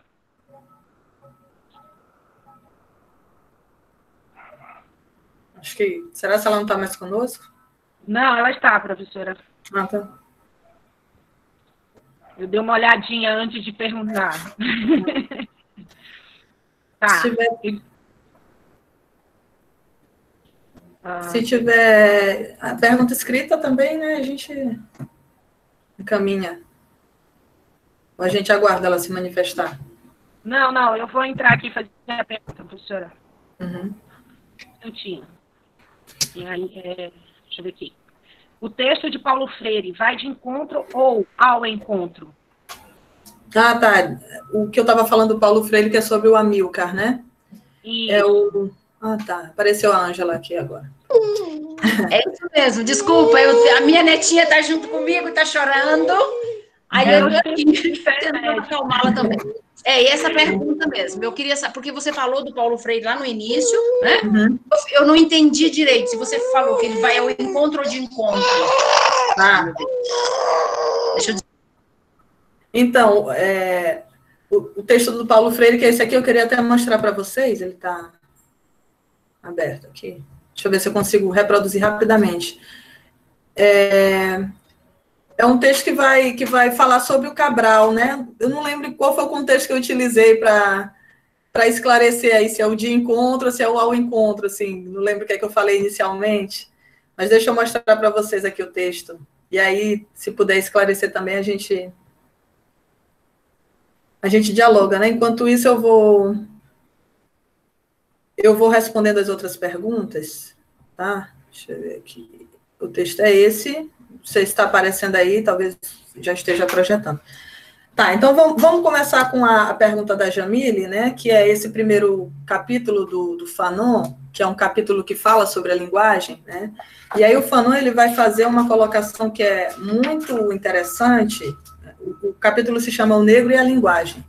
E aí a colocação que ele vai fazer, que é uma coisa que eu sempre penso também quando vou trabalhar com literaturas africanas, né, como um todo, porque isso é uma questão para todas as literaturas africanas, sejam de expressão portuguesa, inglesa ou francófona, é que o Fanon ele vai colocar que, a priori, né, o homem africano, a mulher africana, a população africana, eu vou usar o termo homem, né, que aí eu cito como está aqui no texto, é um homem de dois mundos, né, é um homem cindido mentalmente, porque ele é um homem que vive no meio de duas línguas, né? Aí a gente volta para aquela questão da ideia do colonizador e a ideia da língua do colonizador e a ideia do colonizado. E como isso se processa mentalmente na cabeça desse homem africano, né? Como é que ele consegue transitar? A gente pode pensar os próprios autores, né, de Guiné-Bissau que a gente está aqui discutindo. Como é que eles transitam? Como é que uma Odete Semedo, por exemplo, ela transita entre o português e o crioulo guineense, né? Como é que a Eneida Nelly, lá em Cabo Verde, ela faz isso também, e ela opta, né, por trabalhar só com o crioulo, não trabalha com o português, né? Então, essa primeira questão que é colocada, o primeiro ponto, né, o ponto-chave, assim, do Peles Negras, Máscaras Brancas, é justamente isso, né, pensar esse homem como um homem duplicado, que vive sempre em dois mundos, no mundo da língua de afeto e também no mundo da língua oficial. E aí, uma coisa que eu acho interessante que o Fanon coloca, e aí eu parto para pensar a Chimamanda, e daqui a pouco eu já respondo o Fábio, né, porque ele citou a Chimamanda também, que é uma coisa que a Chimamanda sempre reitera quando ela vai fazer, principalmente as falas nos TEDs, né, as falas mais teóricas, que é como esse africano que está em trânsito, né, que está viajando por outros países, aí lembra o texto do Achille Mbembe sobre afropolitanismo, né, que africanos são aqueles que circulam muito, né, pelo mundo, como quando ele está, por exemplo, no país do colonizador, e aí eu penso no caso da Chimamanda, que esteja na Inglaterra, nos Estados Unidos, é mais bem visto, mais bem considerado, tanto quanto você fale um inglês com menos sotaque, né? Então, quanto mais limpo for o seu inglês, quanto menos sotaque africano você tiver, mais bem visto você é, né?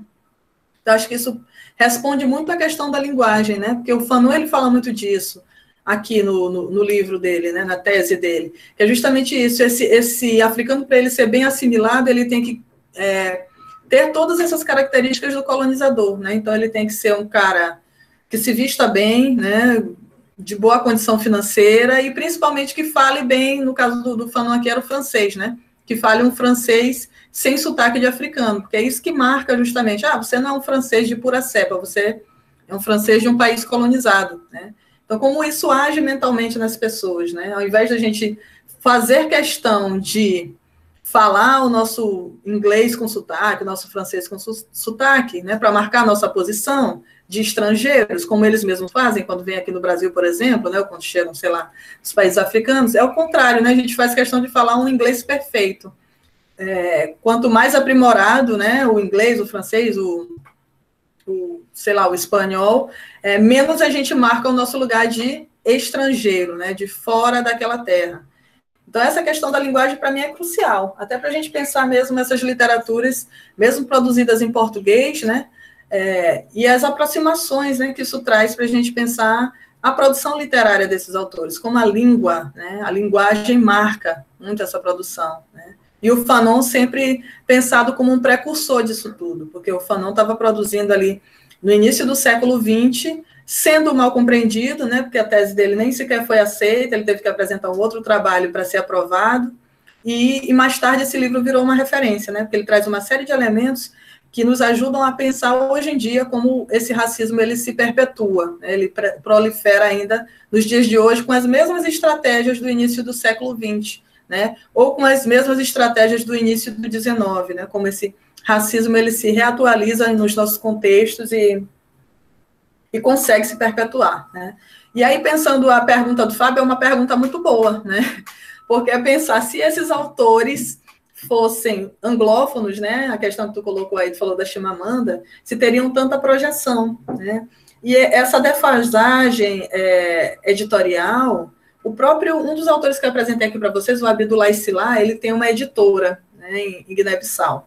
Também é importante pensar esses autores assim. O Mia Couto, ele tem uma livraria em Moçambique, né? E tem projetos editoriais também para poder publicar mais essas literaturas.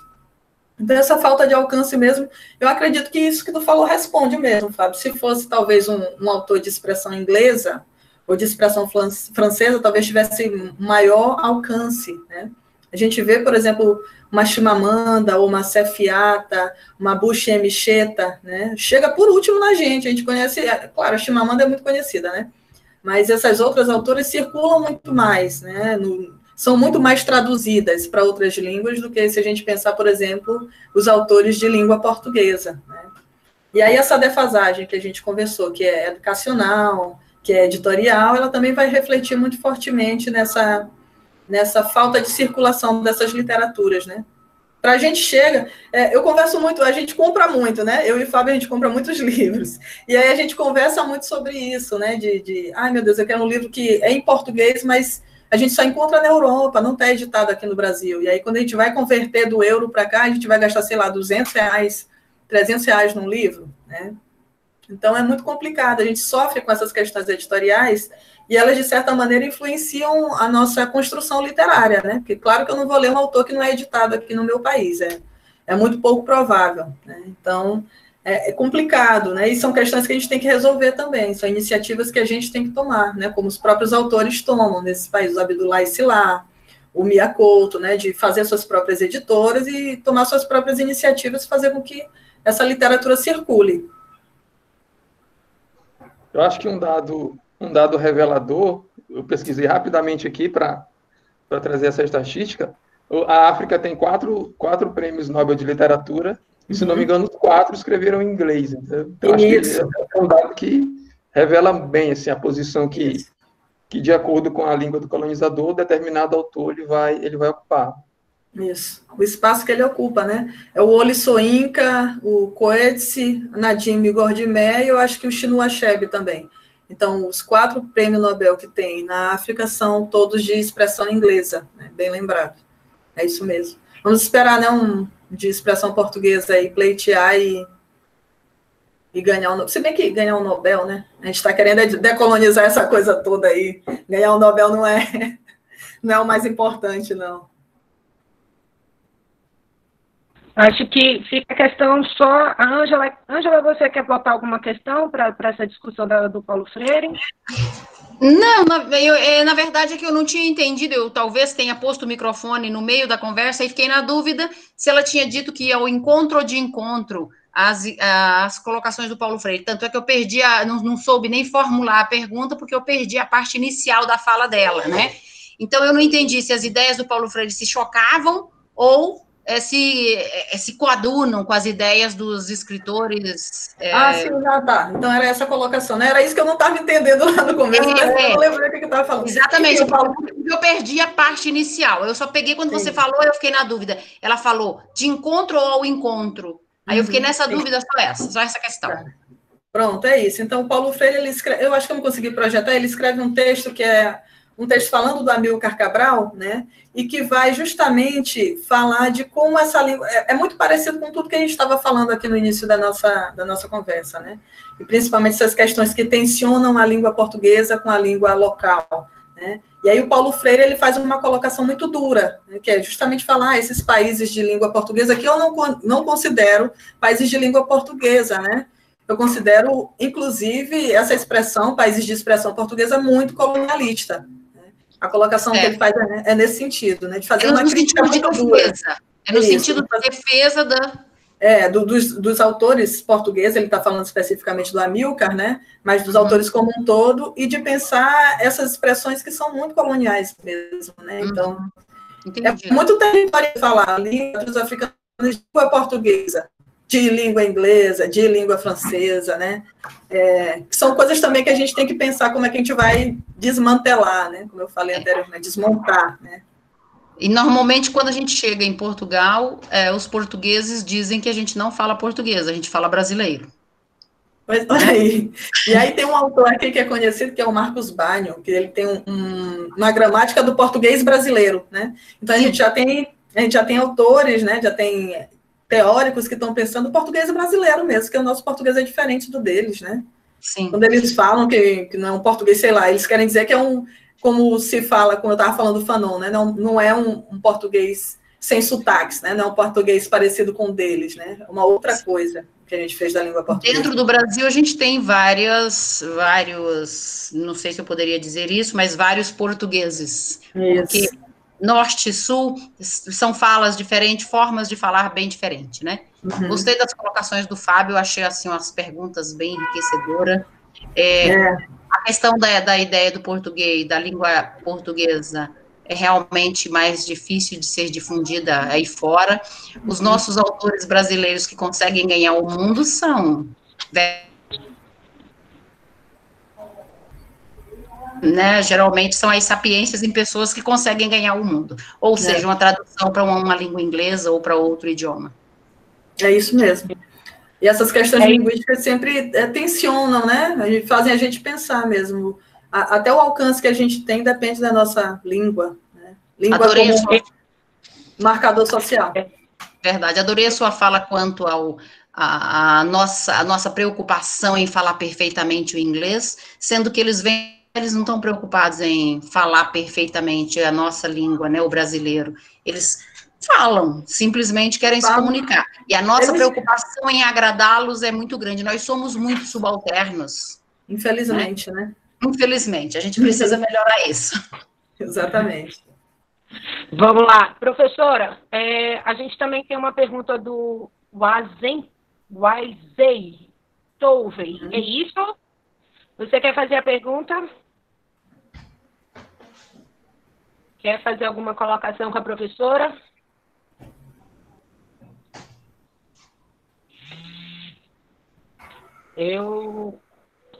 Pode ligar o áudio, se você tiver interesse. Tá. Professora, outra questão sobre quando a gente... Peraí, só um minutinho, professora. Acho que... Peraí, só um minutinho. Gente, desculpa, porque com crise de labirintite tem hora que eu me perco nesses botões. Eu estou igual uma velhinha, professora, tentando me encontrar. Eu acho... Alguém tem mais alguma pergunta para fazer? Eu mesmo já me perdi. Só um minuto. A lista de frequência aqui, o pessoal está perguntando sobre a lista de frequência, desculpa, professora, rapidinho, foi passada. Se você não conseguiu acessar, você pode botar seu nome direitinho no chat, que vai estar tudo ok, tá bom? Professora Cláudia, eu também, Tatiele, você quer falar, Tatiele? Mais alguma pergunta? Acho que a Tatiele Carvalho aqui no chat está dizendo, eu também, acho que ela quer fazer uma pergunta. Pode ligar o microfone, Tatiele. Tatiele Carvalho. Nada. Não. Então, professora, acho que a gente pode finalizar, já são 6h05. Eu quero agradecer muito, sabe? A gente precisa discutir, a gente precisa continuar aprendendo. Eu acho que, às vezes, as coisas ficam muito focadas, principalmente na questão da literatura, quando a gente pensa, quando a gente faz referência, né? A gente, às vezes, utiliza 2, 3 autores para uma referência africana, como se aquilo fosse representar toda a África, né? Fica sempre reduzido, né? E aí, quando a gente pensa que alguns cursos, infelizmente, limitam, como no caso que literaturas africanas, aí vira Mia Couto, vira um autor que é essa referência internacional, todos os outros são esquecidos nesse processo. E eu acho que nesse curso ele te traz uma visão desses países e a oportunidade de conhecer essa pasta gigantesca que nós temos em cada país, e como ele se fala, quando ele se discute, quanto ele se conecta. A única coisa que eu queria comentar é que logo no começo da sua fala, você fala da proximidade da literatura com a arte, né? E aí, uma das coisas, não sei se todo mundo está acompanhando nos cartazes, a gente utiliza muitos artistas plásticos. Muitos desses autores também são artistas plásticos. Eu, como filha de artista plástico, não tenho como não fazer isso, que é uma coisa que, para mim, é uma coisa muito interessante. Até em Moçambique, um dos maiores autores, um dos maiores poetas de Moçambique também é um dos maiores artistas plásticos de Moçambique. Ele faz tudo isso. Faz tudo isso e ele é gigante, é lindo, é muito bonito o trabalho dele, com muita poesia. Ele consegue fazer obras, um quadro com toda a poesia dele. Então, a poesia dele vem da inspiração daquele quadro. Então, é uma coisa que me chamou bastante atenção. É um quadro poético. Isso é muito, muito característico desses países, né? Então, agradecer a todo mundo pela oportunidade de estarmos aqui. Deixo agora com a professora Cláudia. Lembrando, a próxima quarta-feira é nosso último encontro, tá bom? Qualquer dificuldade, acesse ao textos e-mail do CEAFRO, que a gente envia para vocês. Podem entrar em contato que a gente envia tudinho direitinho. E é com você, professora Cláudia, para finalizar aí. Muito obrigada por tudo sempre. Bom, gente, é isso, né? Eu desejo boa noite a todos nós. Convido aí para a próxima semana, a gente vai finalizar com a literatura de São Tomé e Príncipe, né? Acredito que tem sido encontros muito produtivos, e a gente tem vários pontos de vista diferentes, né, sobre os países e suas literaturas, que a gente tem trabalhado com uma gama de professores, que eu acho que isso é fantástico, né, do ponto de vista da diversidade, da gente pensar essas literaturas não só a partir de um único olhar, né, mas do olhar de vários profissionais que pesquisam, vários pesquisadores dessas literaturas, né. Então, obrigada aí pelos heróis da resistência, né, eu gosto muito de brincar, falar isso, os heróis da resistência que ficam até o final conosco. Valeu pelas perguntas qualificadas, é sempre muito bom esse momento final da gente poder dialogar e trocar ideia e pensar juntos sobre essas literaturas e entender, né, que esses países, eles são países com características próprias, né? Então, quando a gente fala, como a Jamile falou, né, países africanos de língua portuguesa, a gente pensa numa unidade que não existe, né? A gente tem países com características próprias, com histórias próprias, e que é essa ênfase que a gente está dando aqui ao longo dessas aulas, tá legal? Muito obrigada pela presença de todo mundo, e próxima quarta-feira estaremos juntos novamente, tá bem? Boa noite, tchau, tchau. Boa noite, boa noite. Até a próxima quarta, ao mesmo horário, gente. Isso, a partir das 16 horas estaremos aqui.